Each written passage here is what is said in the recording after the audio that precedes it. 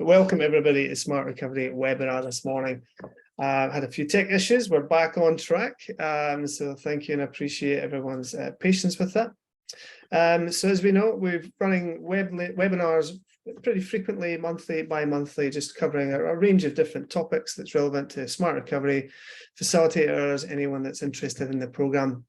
And today we're excited because we're having a webinar this morning, which is about supporting family and friends and a panel discussion. So we had a few panelists today. Unfortunately, there was a family bereavement with one of the panelists that was going to join us this morning, but we are joined with Claire and Mark this morning, which I'll introduce very shortly to you. So just before we do some introductions, again, just welcome to country, wherever you're calling in from today. I'm based in Brisbane near Redlands, so I'm on Condamuka land. I know some of you we shared in the panel earlier on from different parts of Australia, which is fantastic to see. So let's do little introductions before we get cracked into it. So if you haven't met myself, I'm Dan. I'm one of the senior national program managers and trainers at Smart. I've been with Smart for 6 wonderful years just recently, which has been an absolute pleasure. And who's joining us today, and they may just want to introduce themselves very briefly, but we have a couple of our family and friends facilitators, and I'm sure they wear many, many different hats and other aspects of life. But we have joining us Claire Bauer, who is a facilitator of the family and friends, but also on the board of directors at Smart Recovery. So we're lucky to have you, Claire, join us. And Mark from the Western Regional Drug and Alcohol Service, we also has been very consistent and regular running these friends programs. So welcome to both of you. Thank you for joining us today. I was seeing online we had a few joining us, so we've got about 15 or so people joining us. I can see some fantastic organizations, representative people I'm very familiar with. They're probably trained and they're probably annoyed at some point as well, which is, it's all right. But it's great to have you all join us, and feel free throughout the time as well, those that are in the chat box, you can just make some comments, or also any questions that you might have that crop up as we go along. We have a set of questions that we're kind of running through, and we'll have a bit of a discussion around, Claire, Mark, if that's okay. And yeah, if there's any time, we'll see if there's any interesting comments or chats from the rest of the crew that are joining us. So fantastic. So I might just briefly just do a quick summary before we start, just to give some context of the Family and Friends program that you guys have been running. So the Family and Friends program is a subsidiary, not necessarily just another offering of the Smart Recovery model, but really focusing on supporting family, friends, loved ones that are have someone in their life that's of significance that they're trying to support. So predominantly it's run over a 8-week course, and I know Claire and Mark, you're kind of do a regularly weekly one, so it'll be really interesting to hear how that functions, how that goes. But it's really to support significant others, as their family, friends, loved ones, to really put their own oxygen mask on, to try and help themselves create an environment and a space that they can manage their own well-being, so that they'll just have the capacity to love and to support someone through that journey as well. So, and as I say, just equipping them with the toolkit and the skills to manage stress a little bit better. Smart Recovery, we run through a harm minimization framework. So that's very similar in the Family and Friends program, just keeping themselves safe from harm, protecting the home, reducing harmful effects, and a lot of different topics and skills that are equipping them, hopefully, to manage that better. And if you're interested, there's a bit of a model that it's based on, which is the 5-step model from Velleman back in the UK, which is around the stress, strain, coping and support model that we sometimes talk about in the meetings and the training. And we may hear a little bit about some of those topics today, for sure. So I'm going to stop sharing that screen, because there's downsides to that. Obviously, we don't have the visual on the board, but the downside is that you see my ugly mug bigger, but the good thing is you see these two beautiful people bigger as well. So great to have you along. So let's just kind of, it's okay, just kind of get into just a bit of a discussion and kind of cover off a few areas of things, and we'll just really hear from both of you across these, and we'll just see how the time goes. So So I'm keen to just kick us off, really, and I might start, Mark, if that's okay with yourself. Sure. Knowing that you're obviously working along with an organisation and that have obviously utilised SMART in the past. But what attracted you, Mark, to SMART Recovery in general, but also specifically the Family and Friends programme?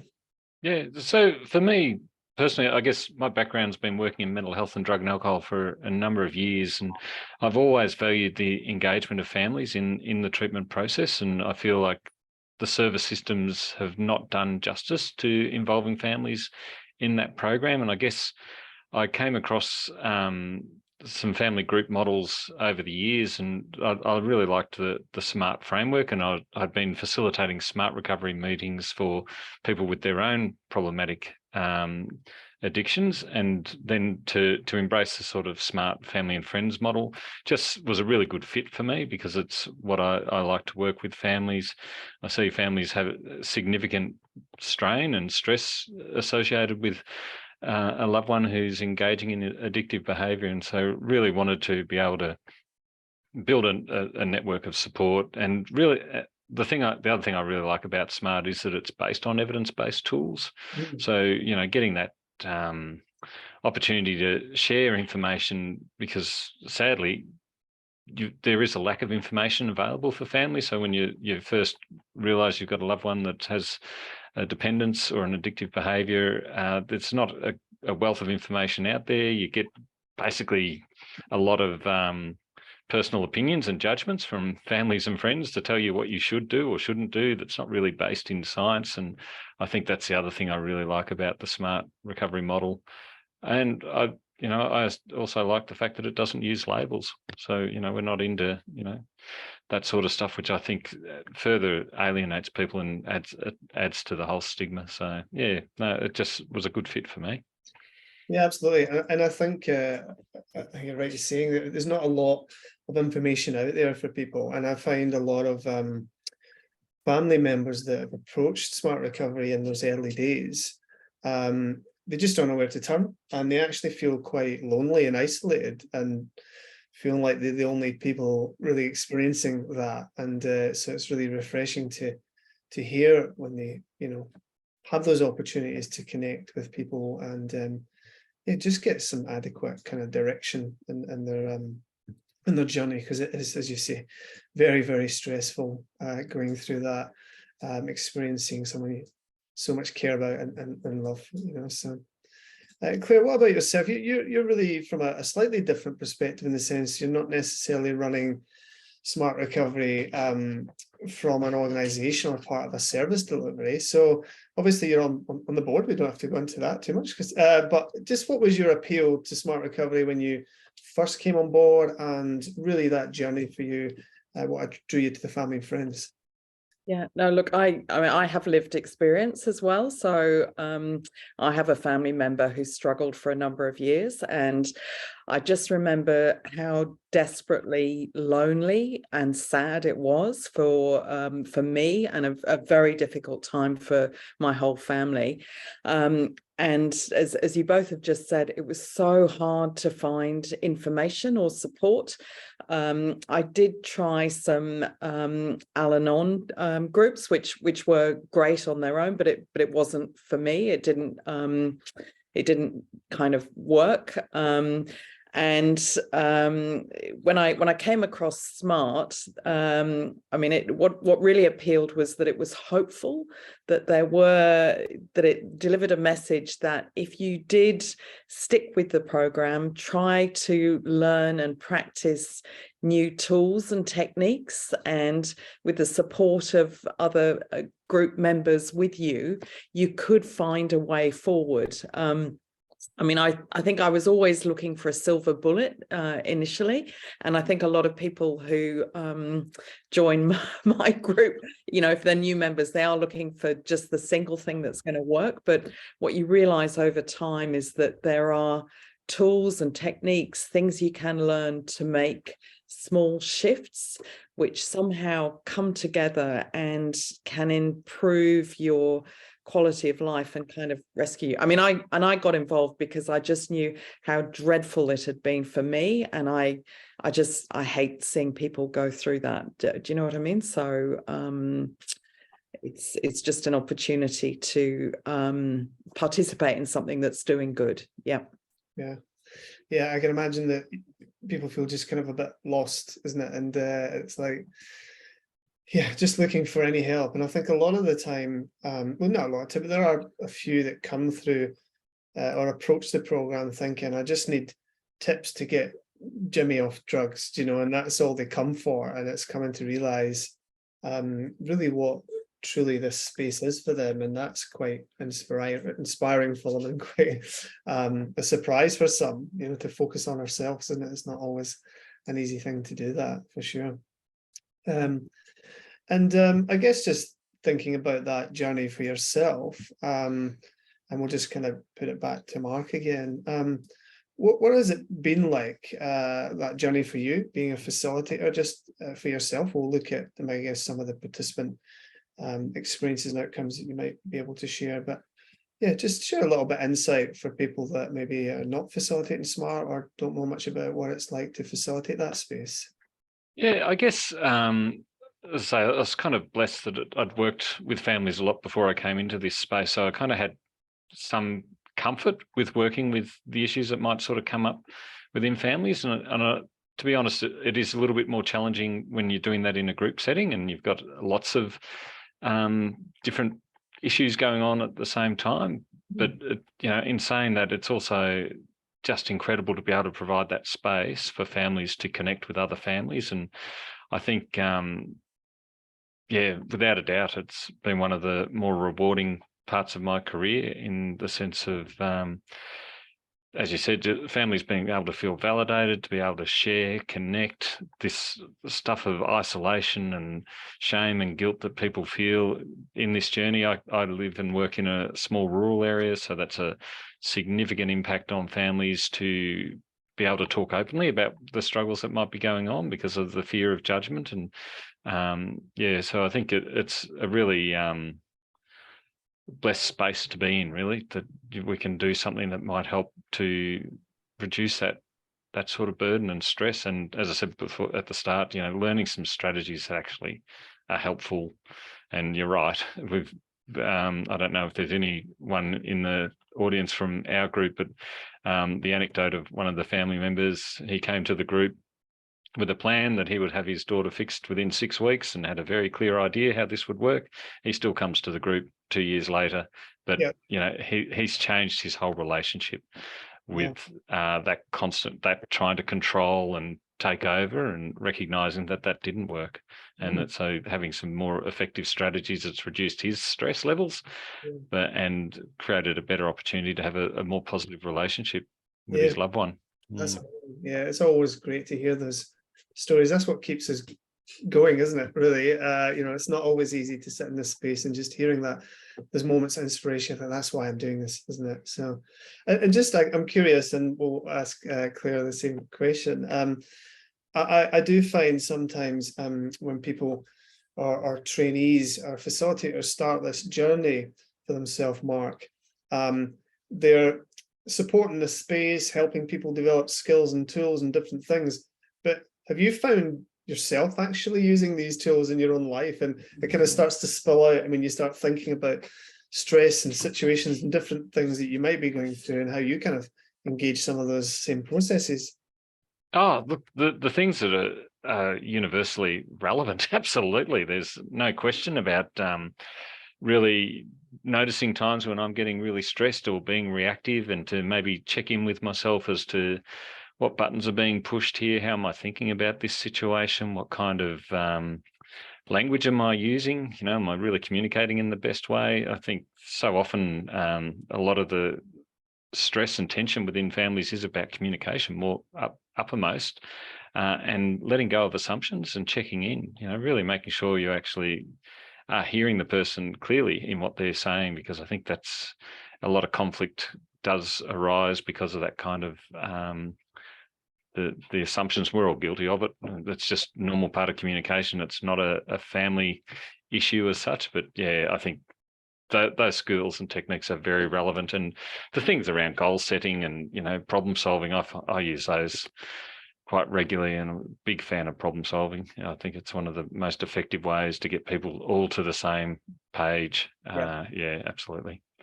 Yeah, that's what I love about it. It really transcends AOD use in itself, isn't it? Even this morning, I've had to remind myself of them when my kids were going crazy out just through that door there.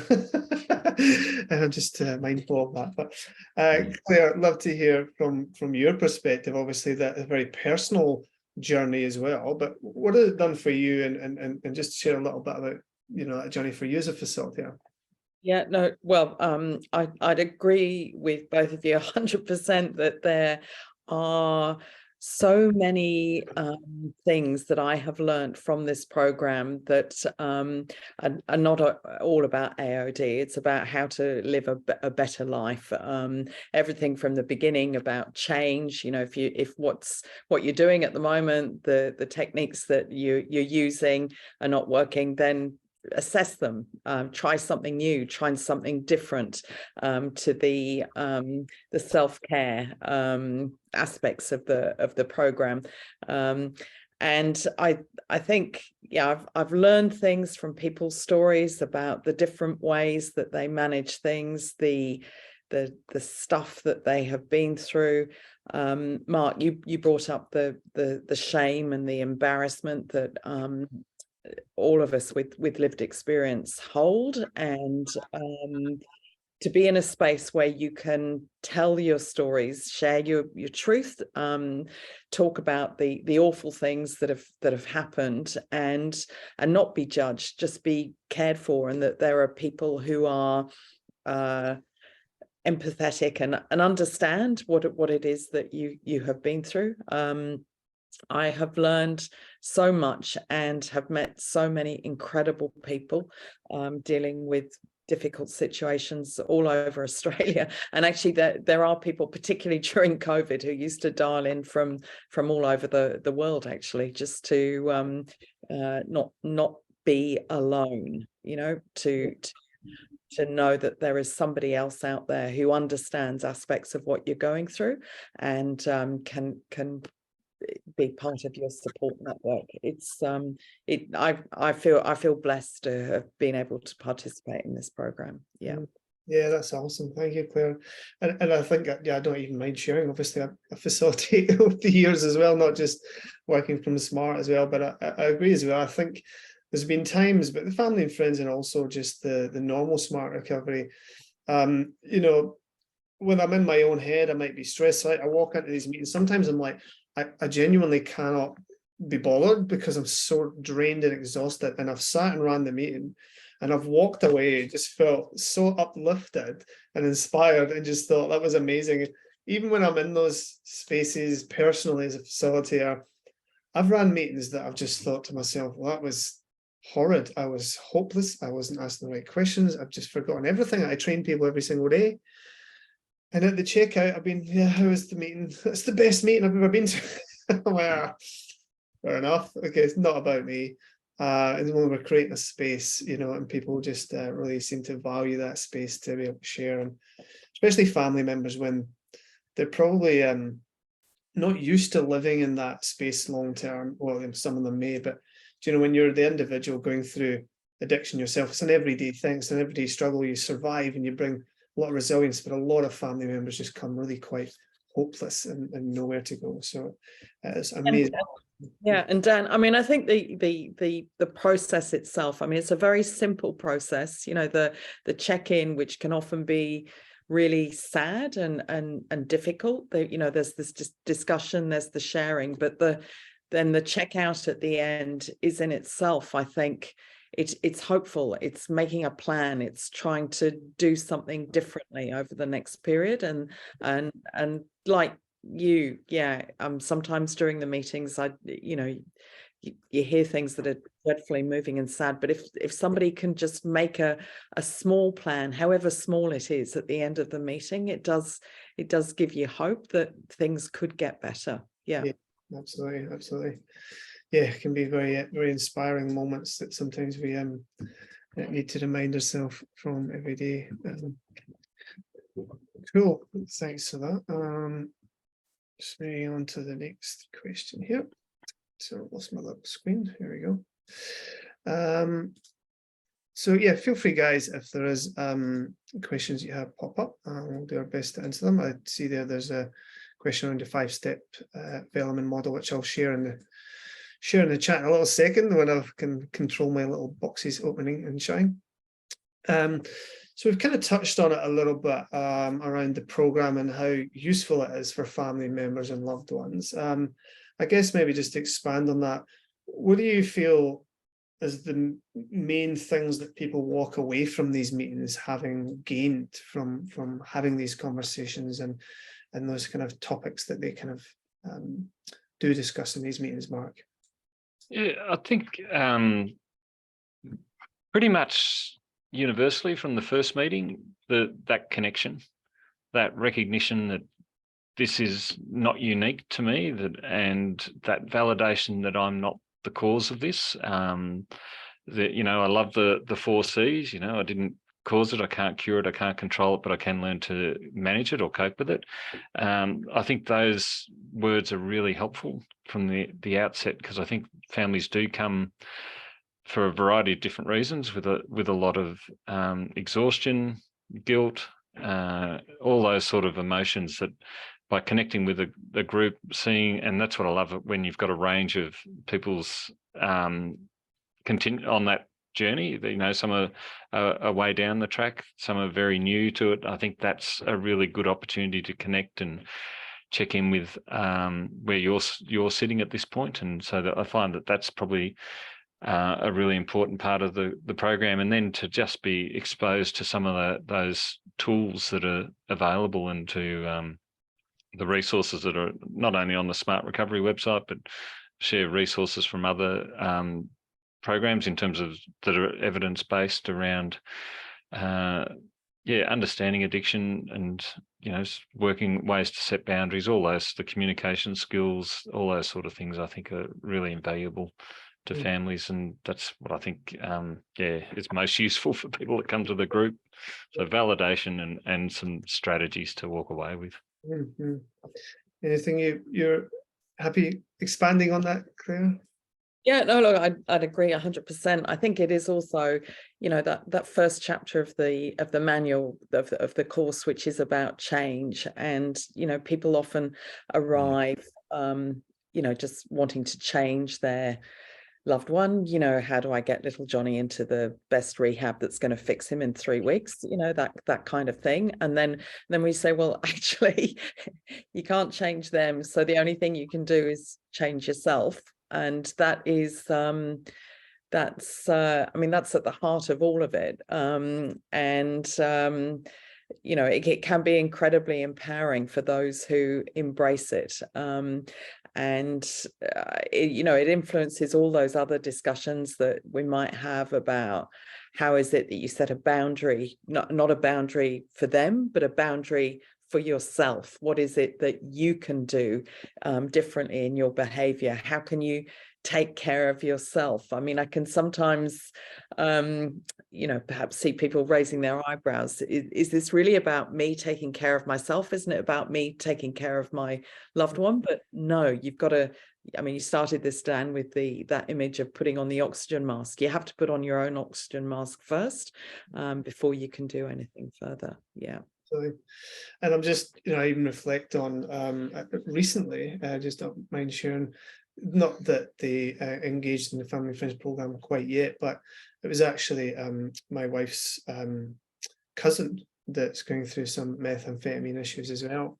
And I spoke to the father of it all, and I can just see this one conversation, all of this here, like, what did I do wrong? Was I too harsh on him when I was growing up? Was I too disciplined?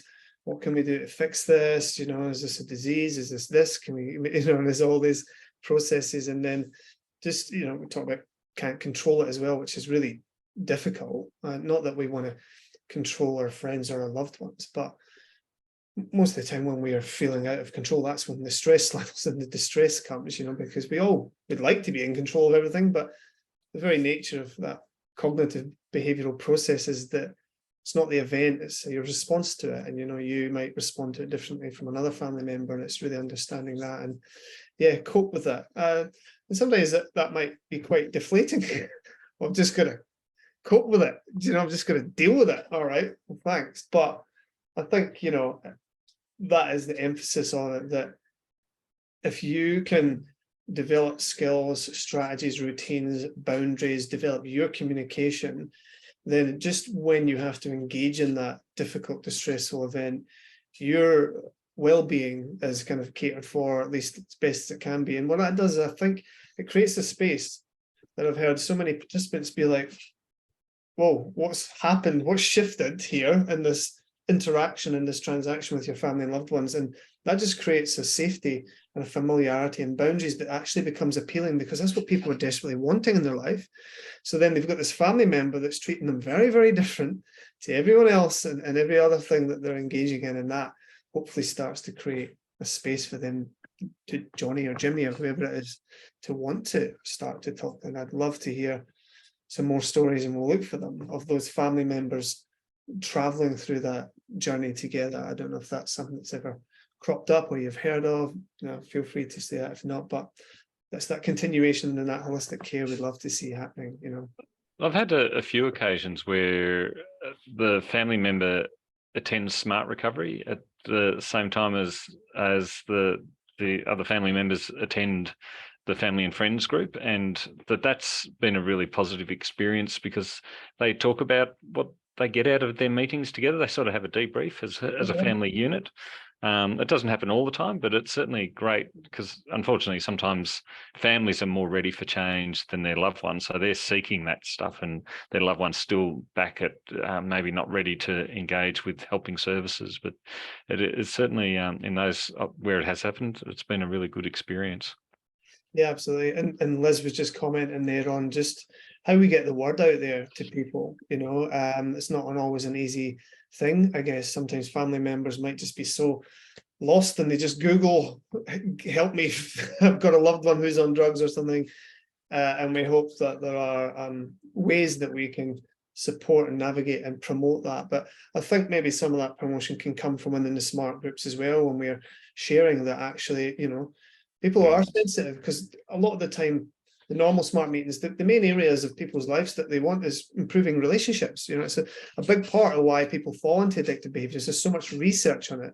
So we can start to communicate there are supports for the people to help you and help yourself through that journey as well. But if anyone's got any more ideas of how we can continue to promote SMART, and I'd love to have advertisings and it be in movies and everything, like I guess they've been around a lot longer, so we'll all do our best to promote and get the word out there for people. And we talked about the key components of SMART, but what do you enjoy most? So I know that a lot of the time we training is the 8-session course. I'm curious to hear if that's something you try and just systematically go through, or it's just if things crop up, you talk about those areas of the course or whatever. But is there anything specific for you actually you quite enjoy kind of talking about that stuff, or talking about those tools, or anything you kind of like, Mark? Yeah, for me, we're very much running it as a support group and encourage people to go and do the 8-session training. Not everyone that comes to this meeting have come, they're very much exactly that Google search that you were talking about, Dan, where they're just looking for something and they've landed in the room, and then they're open, exposed to a whole journey. And I always send out an email post the meeting with links to where they can get the manuals and different things, resources for families, because it is all a very much a new journey for them. We deal with what comes up in the room, so we sort of work through a check-in. It's what brings people to the meeting, what would be helpful for them to walk away from this meeting with, and from there then we just relate that back to the tools, and then we sort of go back. So if it is really struggling with a conversation around how do I talk to my loved one about their substance use, then we just go through some of the communication tools and the tips around when's a good time to have those conversations, steering away from times of intoxication or withdrawal, or when you're really emotionally charged, are just not helpful times. They tend to result more in conflict. So picking your moment, picking how you have that conversation. So those tools about being curious as opposed to, being directive is really, it is about trying to come alongside the person. I think they're really helpful tools, particularly for first-time people. But probably one of the other common ones is the value of setting boundaries, and being really aware that boundaries aren't about trying to influence change in your loved one. Boundaries are purely about setting a safe place for yourself. And so, that might just be to have a rest. I'm setting a boundary as comes up quite a bit, turning the phones off at 9 o'clock at night. Don't answer calls. That's my boundary. It's not about boundaries where we're, kicking someone out of their home until they sort their drug and alcohol use, because we know that doesn't work. That is, in fact, probably does more harm than good in that kind of way. But obviously, so it is about staying connected, but making that connection in a positive way, not a harmful way, to all family members is a really common conversation as well. Yeah, that's great. Anything to add from you, Claire? Yeah, in our meetings, we go through the check-in, and then out of that will always come 2 or 3 themes that people have top of mind that they want support on, or they want to hear how other people have dealt with it. So boundaries is big, communication is big. Ways of thinking about things in terms of that, just changing your mindset, some simple but hard to enact cognitive behavioral kind of techniques. I think one of the things that I do find very interesting, a lot of people come to the group without, maybe 50-50 will be accessing some form of mental health support for themselves, and but those who aren't accessing mental health support kind of don't know that it's out there, that they can actually get Medicare funded support, that they need to go and talk to their GP, that they can kind of gather that support team around them. It's not only the SMART meeting, it's not only family, there are professionals out there who can help them. So that's another common area that we often talk about. Yeah, absolutely. And these are all areas that any of us need to, work through in our own lives. We don't necessarily need to be at a distress level around someone's EOD use in our life. I find myself, as I said earlier on, having to remind myself of the very things that I'm supporting people to understand and train even my own life. And I think that genuineness in it as well is important to identify, that we're all just trying to kind of find some stability and some connectedness and some purpose in our lives, and just there are certain ways we need to navigate and learn these skills. Communication, really key to any relationship, as we know, Mark was touching on. Setting those boundaries can be for yourself, but I think also while we consistently do that, it creates a safe space for people, for the loved ones, because they might just be living in this chaos, and the only boundary and stability or stable foundation they have is when they walk in your door, walk home, and it's like, it's a safe space for me because I know exactly. And I don't like relating it to children in that sense of that, but I often reflect on parenthood, and it's like, sometimes my kids really hate those boundaries. They hate the stuff that we're trying to teach them. But what does it do? Well, it kind of shapes and develops skills in them so that they can learn and do this themselves. So if a family member can learn and do that, therefore it will hopefully have a knock-on effect, and you'll see the participants or the loved ones start to want to learn that and see it and have that for themselves, so it's amazing. So obviously bearing in mind confidentiality, I'll put it out to Claire, because Mark's got these fantastic answers, and it's just give Claire a chance, Mark. That's awesome. We'll come back to you. But can you just maybe share a success story, or just something that really stuck with you in the time you've been doing it, a participant case or a journey that okay, sharing. Okay. Look, I'm actually gonna share two very quickly, but one on a kind of a bigger picture, and then a smaller one. So the bigger picture one was somebody who joined our program during COVID. She was suffering post-traumatic stress syndrome from witnessing a family member overdose and could hardly leave the home. She was a very regular participant. I haven't seen her for a little while, but it was incredible to see the journey that she went on in terms of gathering her support team around her, learning new tools and techniques, talking to her GP,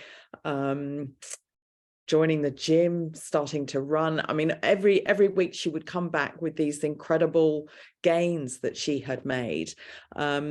She eventually changed her career as well. She realized that she wasn't doing the job that she wanted to do. I mean, this was over a period of about 2 years, but she stuck with, she came to the meetings really regularly. She did the 8-week program, and it was just wonderful to see her recover her health, her mental health, and also be able to give so much support and guidance to other people in the group. That was incredible. Now, at a much smaller level, recently we had a theme, a woman who was really struggling joined the group, and she said something that helped her. 7 a.m. every morning when she woke up, she would just spend the first 20 minutes listening to a mindfulness meditation app, and it was really helping her.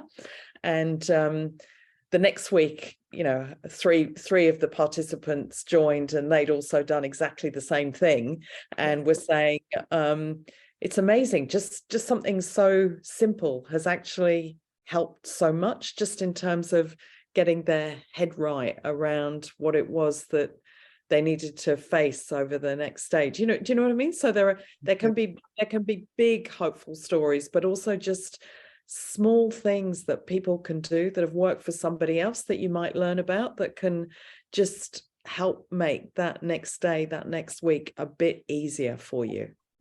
And I'm sure if you were talking to the individual that had these significant changes, it all started off with these small changes. Any long journey, you need to take that first step. And I think that's the key component of smart recovery, is it's not looking at too far ahead and it being really overwhelming, because I just cannot see how I'd ever get there from where I'm at the moment. So those little moments where we're trying to challenge and manage our thoughts, feelings, and behaviors, just little moments, and then they become a reflex, they become a normal way that we approach things, and we just start seeing it. It's probably not until you're down at that and you look back and think, wow, do you know what I mean? This is how far I've come, and it takes a small journey. So Mark, what about yourself? Is there anything that comes to mind for you? You did kind of share a little bit there, but yeah, look, I think there's lots of stories of success, and I guess it's probably worth defining what success is too. I think sometimes people come to meetings, as we said, with the expectation that they'll fix their loved one, and that's kind of their measure of success. But really is, to me, learning skills around self-care, around self-compassion, those kind of tools and techniques, the stuff we've said before about the validation,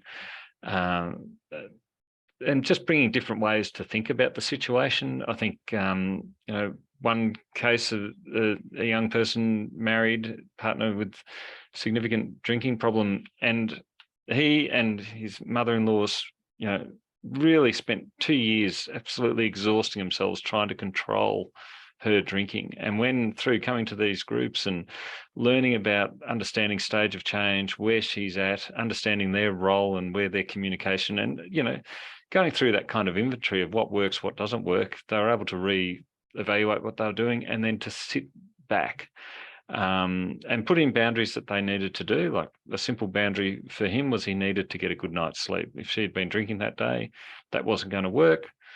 She needs to sleep in the spare room, and that was an agreed thing that they worked out together. So it was no longer a fight or a struggle about it. Has she or has she not been drinking? This is just what we do.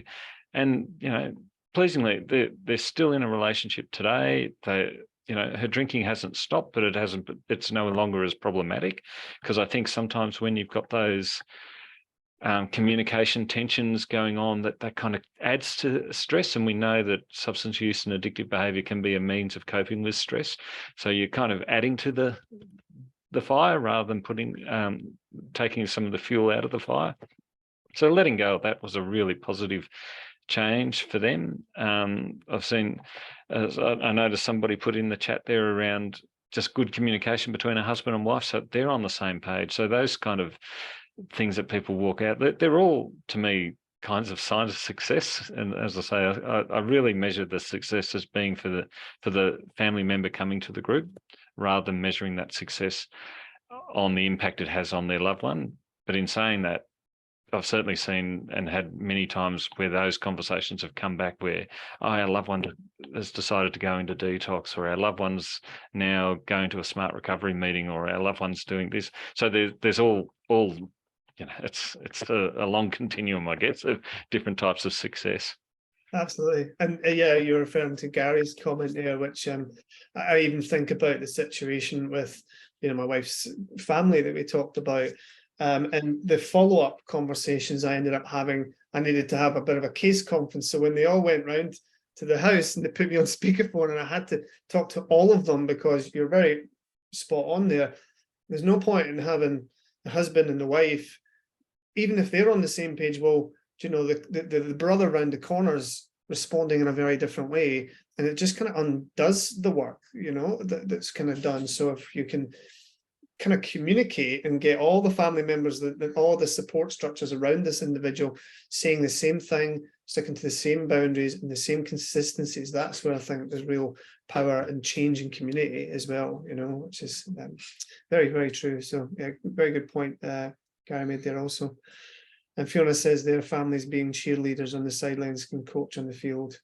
I use with clients. That's a good, interesting comment there. Thanks for that. We'll run another 10 minutes or so. It's just going so fast, isn't it? I know we had a few minutes at the beginning. I just want to add further to back up what Claire said too. I'm constantly amazed about the suggestions and ideas that come from participants in the groups of things that they've worked. And that's another thing that sort of doesn't even come off the manual sort of thing. It's just, yeah, this is what I tried. And along with that cheerleader one prompted me to think about one person bringing the idea of being benched for a loved one when they're not playing by the rules of the household. They kind of get benched, they get sidelined. And that's just another metaphor that came out of one of the groups. And those sort of things were really interesting to me as well. Yeah, absolutely. No, that's a really great point. Thank you. And now let's get into the nuts and bolts of it, really. I want to know how there's been any challenges for you individually and just holding that space, or, what are the challenges that people can face, or even yourself that's found difficult in that process sometimes? Claire, we'll start with you this time. You mean challenges in terms of the meeting space and the different? It could be that, but also, if there's anything even from the individual's journey through that process, but it could be for yourself as well, even going through that.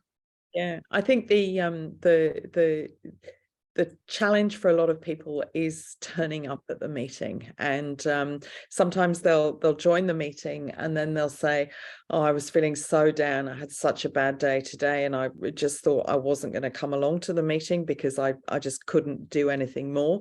And then they'll say, I'm so glad I did because I've got something out of it. Do you know what I mean? But I am quite certain, having been through it myself, that sometimes life can be so hectic, so hard that they just they can't get to the meeting. It's just another thing. But I, at the end of every meeting, encourage people to come back, because it can get better. They can find a way through. In terms of the meetings themselves, we always have a preamble about respect, confidentiality, empathy. But I have to say, I've never had a really difficult meeting participant. People are incredibly supportive and say such wonderful things. Not only the ideas that they bring to the meeting, but also just I'm going to use the word love and support that they share with their fellow participants. It's quite awesome to watch. That's great. Yeah. And I think we made a point earlier on, is I think sometimes the motivation to walk into the meetings is probably slightly different in the family and friends space, isn't it, than maybe some of the other participants that might be, you know, be the person getting told to come to the meetings, or they're kind of not quite sure what they want to talk about and things. And just so I can understand it. I was reflecting on the access thing there you were talking about as well. And obviously with the online meetings that you guys run, we hope that that makes it a bit easier. And then we're obviously, you know, very a lot of partnerships with organizations that we try and get face-to-face meetings out there as much as possible. But I do remember running one earlier this year, and one of the challenges was that the wife and the husband, they were both kind of experiencing issues together. She'd kind of been in her own little smart recovery journey, but now she was in the space to try and help. But it was like she was hiding in the other room, and the husband was kind of like, "What are you doing in there?" And she was trying to kind of process that, and eventually she got to the point where she can start communicating to say, "This isn't actually not necessarily just for me, but you know, this is what I'm doing, and this is, are you willing to come along, or at least read some of this?" And I think it got to the point at least that she was able to purchase one of the manuals and just leave it on the desks lying around. And these people were highly successful businessmen. They were running their own business and stuff. But it was just interesting to see that challenge, just to even get into the room, and, you know, the husband or the loved one kind of like not really understanding why they're doing that, or, you know, it was a really interesting one. So Mark, sorry, I was about to go to the next question, but I didn't give you opportunity on that one. So it wasn't much more to add to what Claire was saying. I think there is that, when the person comes to the room, what their expectations are, you know, that this is going to be a quick fix is one. I think family violence can be one of the challenges and barriers, has a significant impact. Mental illness is also another big barrier, and certainly for us, and it's probably universally across Australia, but in a small regional area, access to treatment services. So if you have got a loved one that does decide that they want to go into some, you know, more residential type treatment programs, they've got to travel to get to them. There's a whole lot of other logistics, wait lists and things like that. So I think there's some of the challenges, and what is good about this group is that it offers a space for support, because sometimes some of these challenges aren't things that are fixable. So, you know, it's we do often talk about the hula hoop. What's in my hula hoop? What can I actually control in this, and what can't I? And to bring back some focus to that, and just to share and have that validated, that it is kind of a really difficult and stuck situation to be in, and that's okay, you know, or not okay, but that's the reality of where we live at the moment, and the access to services we have. So yeah. Yeah, absolutely. And I think as we know that, I think the impact that some of that's had on these services during COVID and things, it's been really difficult, and we're slowly starting to see, you know, a little bit more improvement, a little bit more you know, services offering up in this space as well. So there's some great services out there that support family, friends and loved ones, but hopefully we can continue to see the smart recovery family friends kind of grow a little bit more as well. But and we're coming close to the end. I just want to finish on time, even though we started a little bit later. But this is a bit of a personal advice thing, and we try and encourage not to sit in this space as facilitators and sort of giving advice, but just in case anyone's joined in on the webinar today that's just been curious about it all, and what would be your kind of tips or advice or suggestions for someone going through this, and how they can kind of start to shift that focus on themselves? Mark? Yeah, I think just helpful ideas. I'm not giving you advice, it's just some ideas to think about. But yeah, being connected, you know, we say that's so important for a person who is affected by substance addiction or any addictive behavior, that loss of connection is one of the really unhelpful things. And so being connected, and as I said before, in a rural area, having a network of support is so important. Looking at self-care, focusing on self-compassion, going back to what we said earlier about the 4 C's, I think that's really important. Learn what you can around addiction, understand what you're dealing with, understand the functionality of that substance or addictive behavior for that person so that you can meet them where they're at, and acknowledging where you're at. It's not that you're in the wrong space to be in. You absolutely have rights and feelings to be expressed as well. But the more you understand what's going on, the better that you may be able to work out a more agreeable plan. And getting to see groups, seeking counselling for yourself, and so, as I think you said, Dan, some of the treatment services do offer family support and sessions to individual family members if that's what they want, and that can be independent of the person's with the addiction as well. So just putting those ideas out there, yeah, absolutely. I think they're the sort of suggestions I would offer. Excellent. And Claire, what about yourself? Any words of wisdom around just how we kind of go about support someone or offering that space? I'd agree with all of those, but just come along to a meeting. Just sign up, log in, and see where you go with it. Because I don't think I can remember a meeting where somebody, well, maybe they wouldn't tell me, but everybody gets something out of the meeting. Everybody gets something out of the meeting. So just join. It's free. I mean, you need access to internet, but just come along. And sometimes I think it's the facilitators that sometimes walk away with their own tips and tricks of, I'm struggling with that this week myself.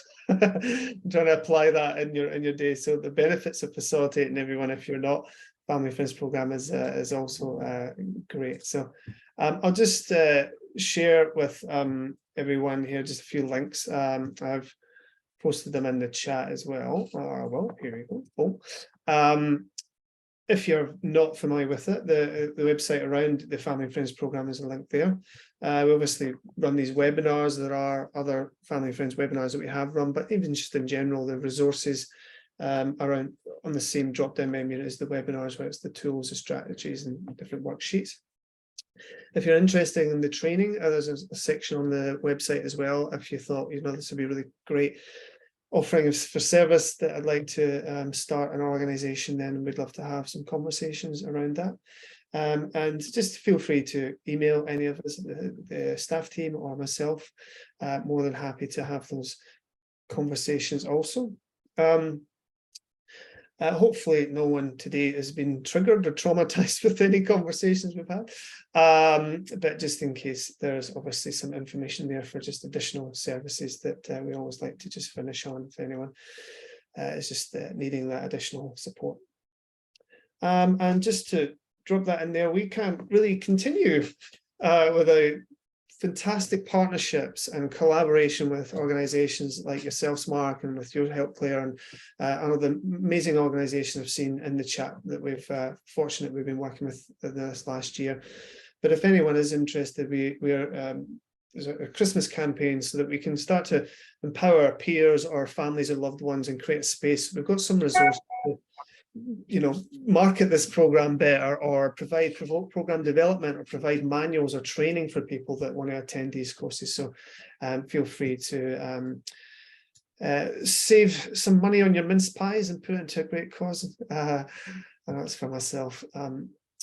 But thank you. I would like to first of all thank Claire and Mark for joining us today. It's been really insightful. Hopefully I can see some comments from the chat box of appreciation as well. So we're very fortunate to have you join us today, and thank you for your time, and thank you for everyone that has joined in the chat box. If you have any questions, please feel free. Keep an eye out on the next few months. We'll be having some great webinars coming up. We've got a similar panel presentation of lived experience. People, peers, and facilitators are going through the program. We've also got in January, it will be on the website soon. We've got a fetal alcohol syndrome topic around a mother who's gone through that journey herself, which is really inspiring. And we've got a guest speaker in March that we're super excited on. So Google Dr. Robert Waldinger, one of the most top 10 famous TED Talks around the happy life and what makes us happy, which is a really interesting one. So thank you everyone for joining us, and we'll hopefully see you at the next webinar. So I'll sign off and appreciate all your time today. So take care everyone. Thanks, Dan. Thank you. Bye. Bye.